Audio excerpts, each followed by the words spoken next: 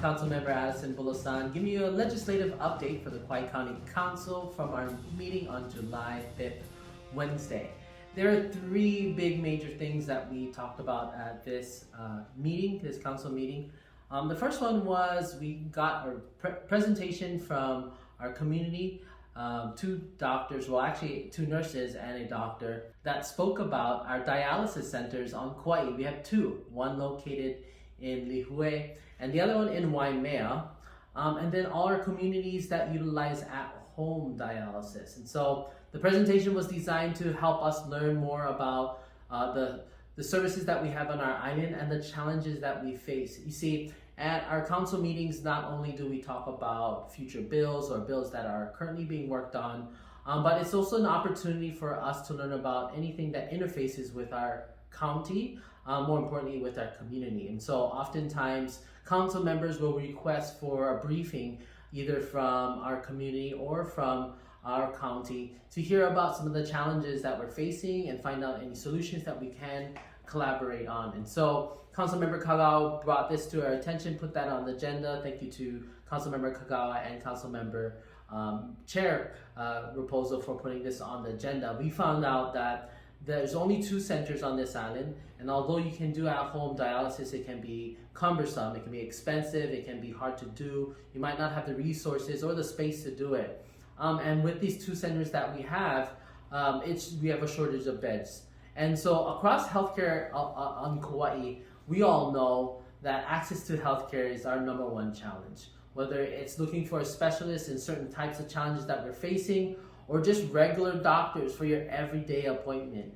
And so on the county side, as much as we can want to work together, there's very limited opportunities for us to help with this challenge because it's more on the state, federal, and private sectors to address these issues, mainly because our property taxes don't really cover healthcare challenges.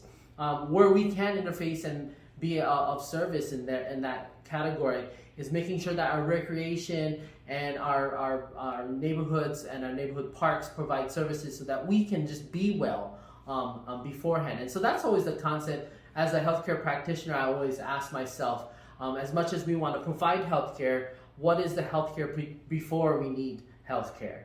Meaning that what is health before? And that's some of the questions that I was pondering at this meeting, and how we can figure out how we can advance our care ahead of time so that way that we don't need healthcare in the future. And that's not to say to ignore that we might need healthcare in the future, and that's the problem that we face right now. And that was the presentation that we received about our dialysis center. The second piece that we received information about was a public hearing around the Kauai Community College looking to upzone or urbanize their area so that they can execute and game plan for their master plan for that area. That was an exciting presentation made by the University of Hawaii in partnership with the Kauai Community College.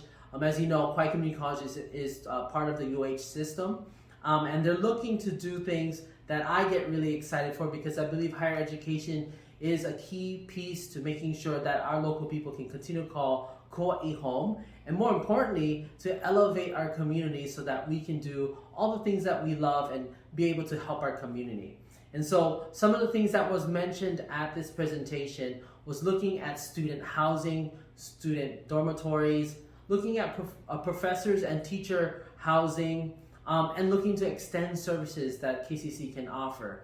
I think one of the biggest things that are missing on this island as being part of a very small island is that access to education. And I'm looking forward to seeing what investments University of Hawaii does and our community does to make sure that KCC can provide these things. One thing that was brought up in the conversation was looking at the trades and making sure that we're providing opportunity for our community to get involved with trades such as plumbing or becoming an electrician and so forth. We want to thank Council Chair Mel Raposo and Council Member DeCosta for bringing this up on our committee to chat about and get a briefing about the updates on what's going on with the Waimea River Valley crossing. And so this project was something that was proposed and got funding from the state since 2015. It has been an ongoing challenge with the recent flooding in 2018 and the rockfall in 2020. And so Mike DeHelig, our managing director who just left, thank you Mike for serving our community, and the mayor did present on all the updates that was going on in that space. And then we heard from our community some of the challenges that they're facing due to the crossing being during the high season when water rises, unable to travel, and that the area is not that safe. And then we heard from some constituents about some experiences that they're having in that area. See, Waimea, the crossing that we're talking about is on Waimea Valley through the Waimea River, and several houses need that access to actually get across to their housing and back. And the biggest challenge about that is that as water move, things move and it becomes unsafe. And so a lot of the questions was around looking at community engagement and making sure that we get feedback and we can make the best decisions so that we can move forward.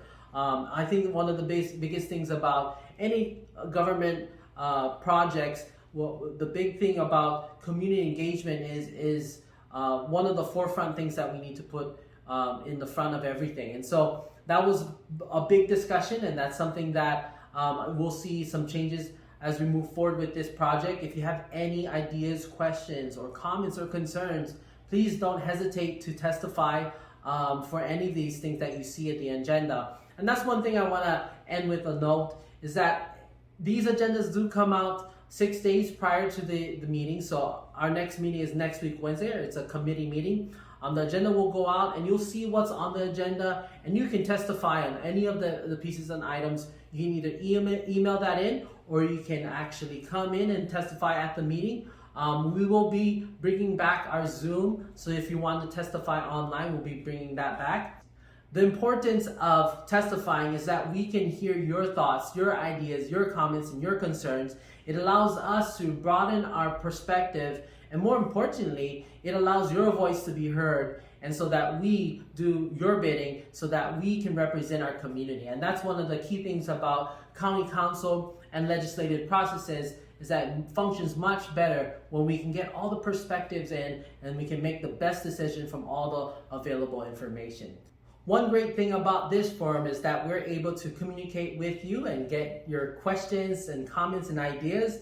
And thank you to one of our community members who messaged on Instagram on Ho'ike asking about any updates on cocoa palms.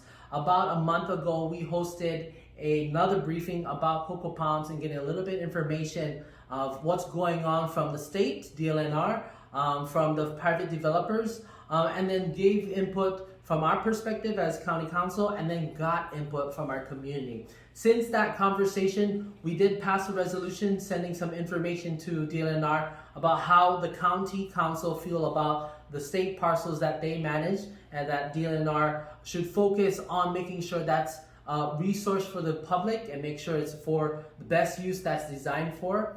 And then secondly, a lot of information is being done and advocated and deliberated at the BLNR, that's the Board Land and Natural Resource. So there should be a hearing soon on that.